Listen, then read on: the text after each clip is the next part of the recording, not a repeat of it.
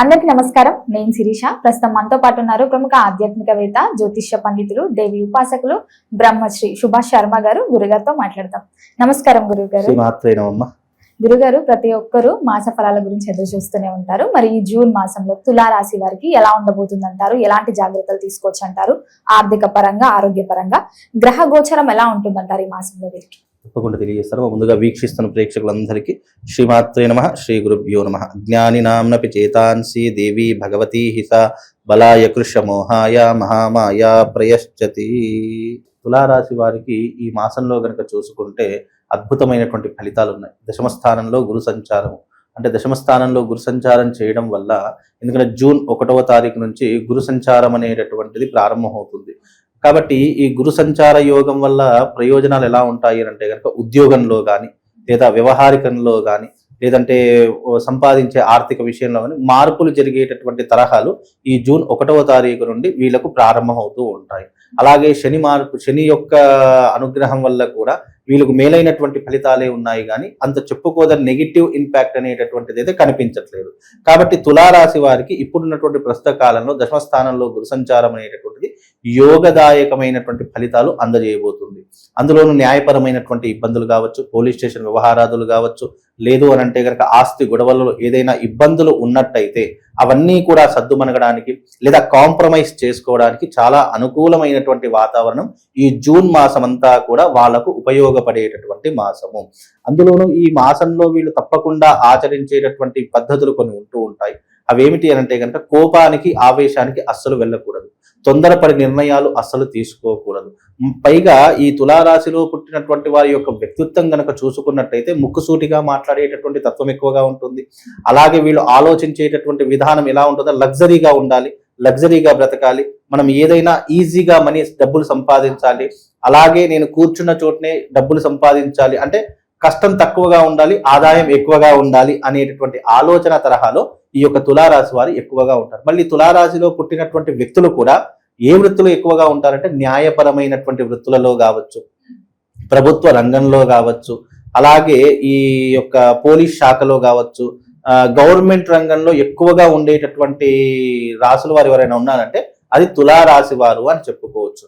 మళ్ళీ వీళ్ళు ఎదుటి వారితో ఎలా ఉంటున్నారో వాళ్ళు కూడా వాళ్ళతో అలాగే ఉండాలి అని ఆలోచన కలిగినటువంటి, అంటే నేను నీతో నిజాయితీగా ఉంటున్నాను, నువ్వు కూడా నాతో అదే నిజాయితీతో ఉండాలి అని ఆలోచించేటటువంటి బిహేవియర్ కలిగినటువంటి వారు తులారాశి వారు అని చెప్పుకోవచ్చు. ఒకవేళ గనక ఆ బిహేవియర్లో ఏదైనా లోటు జరిగింది, లేదా ఏదైనా ఇబ్బంది జరిగింది, అరే నాతో ఫేక్ గా ఉంటున్నాడు, లేదా నాతో కరెక్ట్ గా ఉండట్లేదు అనేటటువంటి ఏదైనా చిన్న డౌట్ వచ్చినా ఆ స్నేహం కానీ, ఆ బంధం కానీ అక్కడ తెగిపోతుంది. అది వివాహ బంధం కావచ్చు, స్నేహ బంధం కావచ్చు, రిలేషన్ కావచ్చు, ఏదైనా కావచ్చు. అందుకే తులారాశి వారితో చాలా జాగ్రత్తగా వ్యవహరించాలి, లేదు అంటే బంధాలు తెగిపోయేటటువంటి సూచనలు ఎక్కువగా ఉంటూ ఉంటాయి. అందులోనూ ఈ తులారాశి వారికి ఇప్పుడు రాబోయేటటువంటి మాసము చాలా అద్భుతమైనటువంటి మాసం. జూన్ కలిసి వచ్చేటటువంటి మాసం. మీరు పెట్టుబడులు పెట్టాలన్నా, లేదు అని అంటే గనక కొత్త వ్యాపారాలు ప్రారంభం చేయాలన్నా మీకు అనువైనటువంటి మాసంగా చెప్పబడినటువంటి మాసము ఈ యొక్క జూన్ మాసం. కనుక ఈ జూన్ మాసాన్ని సరిగ్గా యూటిలైజ్ చేసుకుంటే, సరిగ్గా ఉపయోగించుకుంటే గనక మంచి స్థాయికి వెళ్ళేటటువంటి అవకాశము తులారాశి వారికి ఏర్పడబోతుంది. ముఖ్యంగా గురుగారు, ఉద్యోగ రంగంలో ఉన్న వారికి ఎలా ఉంటుందంటారు? ఉద్యోగం మారాలి అని ఆలోచన ఉన్న వాళ్ళకి, ఏదైనా ఆఫర్స్ వచ్చిన వాళ్ళకి మారొచ్చు అంటారా? ఇది కరెక్ట్ టైమా? ఇది చాలా 100% కరెక్ట్ టైం. ఎందుకంటే గురువు దశమ స్థానంలోకి మారడం వల్ల విద్య కావచ్చు, వివేకం కావచ్చు, ఉద్యోగం కావచ్చు, లేదా స్థాన చలనం కావచ్చు, ఇవన్నీ కూడా మార్పు చెందేటటువంటి అవకాశం, లేదా ఉన్న రంగంలోనే అభివృద్ధి వైపు వెళ్ళేటటువంటి అవకాశం, లేదా ప్రమోషన్స్ వచ్చే అవకాశం తప్పకుండా ఏర్పడబోతుంది. జూన్ మాసంలో గవర్నమెంట్ రంగంలో ఉన్నటువంటి వారికి కావచ్చు, ప్రైవేట్ సెక్టార్లో ఉన్నటువంటి వారికి కావచ్చు, ఎవరికైనా కావచ్చు మార్పు జరిగేటటువంటి అవకాశం ఏర్పడుతుంది. లేదు మార్పు జరగట్లేదు అంటే ఉన్న రంగంలో, అంటే ఉన్న దాంట్లోనే గొప్ప స్థాయికి వెళ్ళేటటువంటి అవకాశం, అంటే ఇంక్రిమెంట్స్ కావచ్చు, ప్రమోషన్స్ కావచ్చు, ఏదైనా పెరిగేటటువంటి సూచనలు మాత్రం తప్పకుండా ఈ యొక్క మాసంలో ఏర్పడబోతుంది. కుటుంబ వాతావరణం కూడా ఎలా ఉంటుందంటారు? కుటుంబం పట్ల ఎలాంటి జాగ్రత్తలు తీసుకుంటే బాగుంటుంది? ముఖ్యంగా కుటుంబం పట్ల గనక చూసుకున్నట్టయితే చిన్న చిన్న ఇబ్బందులు అయితే వస్తూ ఉంటాయి. దాన్ని పట్టించుకోకుండా మన కార్యం వైపు, మన గమ్యం వైపు ఫోకస్ పెట్టుకునే ప్రయత్నం చేయాలి. ఎందుకంటే కుటుంబం అన్న తర్వాత కలతలు లేని కుటుంబం ప్రపంచంలో ఏది ఉండదు. దాన్ని పట్టించుకున్నాం అనుకోండి, మన కెరీర్ ఆగిపోతుంది, లేదా మన బ్రెయిన్ స్టక్ అయిపోతుంది. ఆలోచనలు గనక కుటుంబం మీద పెట్టామనుకోండి, మనం ముందుకు వెళ్ళలేము. కనుక కుటుంబం అనేటటువంటి దాంట్లో చూసుకుంటే ఎవరికైనా కావచ్చమ్మా, ప్రతి ఒక్క మనిషికి చిన్న చిన్న గొడవలు దాన్ని పట్టుకొని వేలాడకూడదు. నీకు సమస్య పెద్దదిగా ఉంటే దానికి సంబంధించినటువంటి ఉపాసన చేసిన లేదా దైవికపరమైనటువంటి ఏదైనా ప్రయత్నం చేసినా అది సమసిపోయేటటువంటి అవకాశాలు ఉంటాయి. దానివల్ల పెద్ద నష్టమే లేదు. ఎందుకు అని అంటే గనక ఇప్పుడున్నటువంటి తరహాలో తులారాశి వారికి గురువు చేంజ్ అవుతున్నాడు కాబట్టి దాని ద్వారా కొన్ని కుటుంబ కలతలు, ప్రతి ఒక్క మనిషికి అన్ని పాజిటివ్సే ఉండవు, కొన్ని నెగిటివ్స్ కూడా ఉంటాయి. అందులో కుటుంబపరమైనటువంటి నెగిటివ్ ఏదైనా ఉందంటే తులారాశి వారికి మాత్రమే ఏర్పడబోతుంది. దాన్ని కాస్త పట్టించుకోకుండా ఉంటే బాగుంటుంది అనేటువంటి సలహా. లేదు కుటుంబపరంగా చాలా ప్రాబ్లం ఫేస్ చేస్తున్నానండి, నా భార్య గురించి కావచ్చు, అన్నదమ్ముల గురించి కావచ్చు, లేదా నా రక్త సంబంధికుల గురించి కావచ్చు, నేను చాలా సఫర్ అవుతున్నాను, వాళ్ళ నుంచి నాకు ఏదైనా రెమెడీ కావాలి అని అంటే గనక అది జాతక పరంగా విశ్లేషణ చేసి అసలు ఎందుకు ప్రాబ్లం వస్తుందో దాని ప్రకారంగా చూసి దాన్ని రెక్టిఫై చేసేటటువంటి అవకాశం ఏర్పడుతుంది.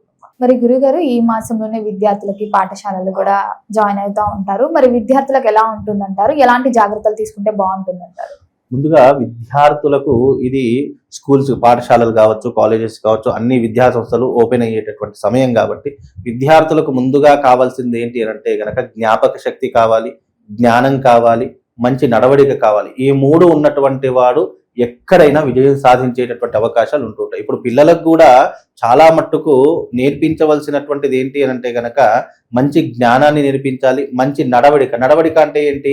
రెస్పెక్ట్, ఎదుటి వారి రెస్పెక్ట్, గౌరవం ఇచ్చేటటువంటి తరహాలు. ఈ మధ్య కాలంలో పిల్లల్ని చూస్తూ ఉంటే చిన్నవాడు పెద్దవాడని తేడా లేకుండా ఎలా పడితే అలా మాట్లాడేటటువంటి బిహేవియర్ని పిల్లలు అలవాటు చేసుకుంటూ ఉన్నారు.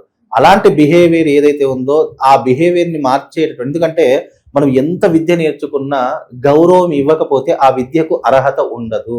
కనుక మనిషిగా నువ్వు విద్యలో కాస్త తక్కువైనా ఎదుటి వారిని గౌరవించేటటువంటి క్రమంలో కావచ్చు, ఎదుటివారి అంటే పిల్లలు దేంట్లో అందంగా కనిపిస్తారంటే గౌరవం ఇవ్వడంలో అందంగా కనిపిస్తారు. కాబట్టి అలాంటి గౌరవ మర్యాదలు నేర్చుకునేటటువంటి తరహాలో విద్యార్థులు ముందుగా ఉండాలి అనేటటువంటి తరహా నేర్చుకోవాలి. అలాంటి సంస్థలు ముందుకు రావాలి. అలాగే విద్యార్థులకు కూడా చాలా మంచి కలిసి వచ్చేటటువంటి మాసంగా కూడా చెప్పుకోవచ్చు.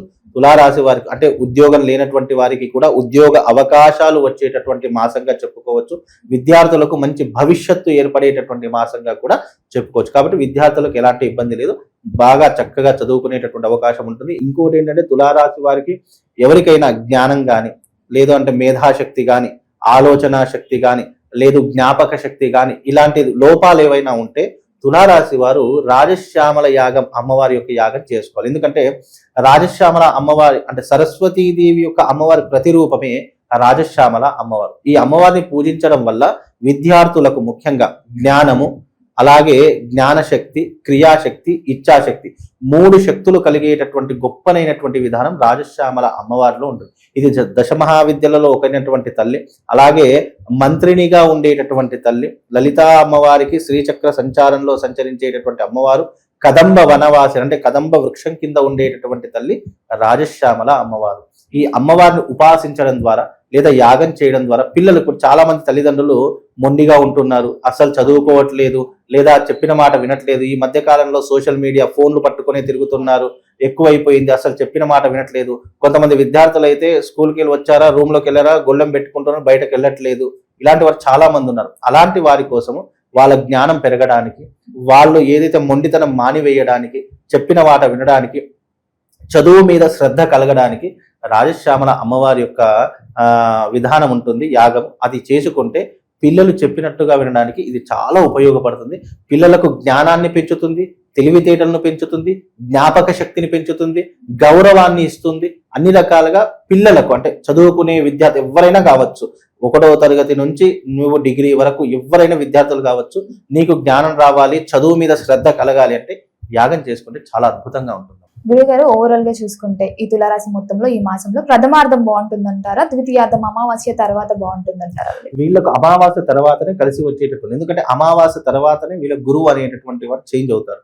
గురుగ్రహం ఎప్పుడైతే చేంజ్ అవుతుందో వీళ్ళకు జీవితంలో కలిసి వచ్చేటటువంటి రంగాలు, ఫైనాన్స్ రంగం కలిసి వస్తుంది, అలాగే వీళ్ళకు బిజినెస్ రంగం కలిసి వస్తుంది, అలాగే వీళ్ళకు ఏదైనా కొత్త బిజినెస్ పెట్టాలన్నా, లేదు అని అంటే స్టాక్ మార్కెట్ కావచ్చు, లేదు అని అంటే కనుక ఏదైనా పెట్టుబడులు పెట్టాలనుకున్నా కావచ్చు, ఈ రంగంలో అన్నింటిలో కలిసి వచ్చేటటువంటి మాసంగా చెప్పుకోవచ్చు. కాబట్టి ఇది గురువు మార్పు చెందుతున్నాడు కాబట్టి ఒక్క గురువు మార్పు చెందడం వల్ల ద్వాదశ రాశుల మీద మొత్తం ప్రభావం చూపిస్తూ ఉంది. కాబట్టి తులారాశి వారి మీద కూడా తప్పకుండా ఫైనాన్షియల్ పరంగా మంచి సపోర్ట్ అయితే లభిస్తుంది. మరి ఈ మాసంలో వీరు ఏ దైవ నామస్మరణ చేస్తే బాగుంటుంది అంటారు? ముఖ్యంగా తులారాశి వారు ఏదైనా దైవనామస్మరణ చేసుకోవాలి అని అంటే గనక అమ్మవారి యొక్క దుర్గాదేవి యొక్క అమ్మవారి యొక్క ఆరాధన చేసుకోవడం చాలా వైశిష్టానికి దారి తీస్తూ ఉంటుంది. ముఖ్యంగా రాహుకాలంలో దీపారాధన చేసుకోవడం, అంటే దుర్గాదేవి అమ్మవారికి దీపారాధన చేసుకోవడము, లేదా దుర్గా స్తోత్రాన్ని చదువుకోవడము, లేదు అని అంటే దగ్గర ఖడ్గమాల పారాయణాన్ని స్తోత్రం చేయడము, లలితా సహస్రామ పారాయణ స్తోత్రం చేయడం, ఇవి చాలా కలిసి వచ్చేటటువంటి అవకాశాలుగా ఉంటుంది. అలాగే అమ్మవారికి సంబంధించినటువంటి మంత్రము సర్వమంగళ మాంగళ్యే శివే సర్వార్థ సార్థకే శరణ్యే త్రయంబకే దేవి నారాయణి నమోస్తుతే అనేటువంటి మంత్రాన్ని చదువుకునే ప్రయత్నం చేయండి. తద్వారా వీళ్ళకు శుభం లాభంతో పాటు అదృష్ట యోగం కూడా కలుగుతుంది. గురుగారు, మొత్తం మీద జూన్ మాసంలో తులారాశి వారికి ఎలా ఉంది, ఎలాంటి జాగ్రత్తలు తీసుకోవాలి, ఏ దైవ నామస్మరణ చేయాలో తెలియజేసినందుకు ధన్యవాదాలు.